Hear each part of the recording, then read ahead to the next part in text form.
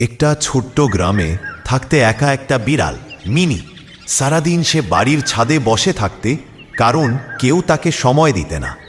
একেই গ্রামে ছিল এক পথ কুকুর ভোলু। সবাই তাকে ভয় পেত, তাই তারও কোনো বন্ধু ছিল না। একদিন বিকেলে ঝড়ের বৃষ্টি নেমে এলো। মিনি ভিজে কাঁপছিল, আশ্রয়ের জায়গা পাচ্ছিল না। ঠিক তখন ভোলু দূর থেকে তাকে দেখে দৌড়ে আসে। নিজের শরীর দিয়ে বিড়ালটাকে ঢেকে রাখে, যাতে বৃষ্টি তার গায়ে না লাগে। মিনি প্রথমে ভয় পেলেও বুঝল এই কুকুরটা অন্যদের মতো নয়। বৃষ্টি থামার পর ভোলুর গা ভিজে কাদা হয়ে গেছে। মিনি ধীরে ধীরে তার গা থেকে পানি চেটে দেয়।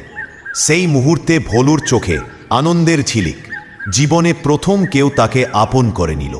সেদিন থেকে তারা দুজন আর একা ছিল না।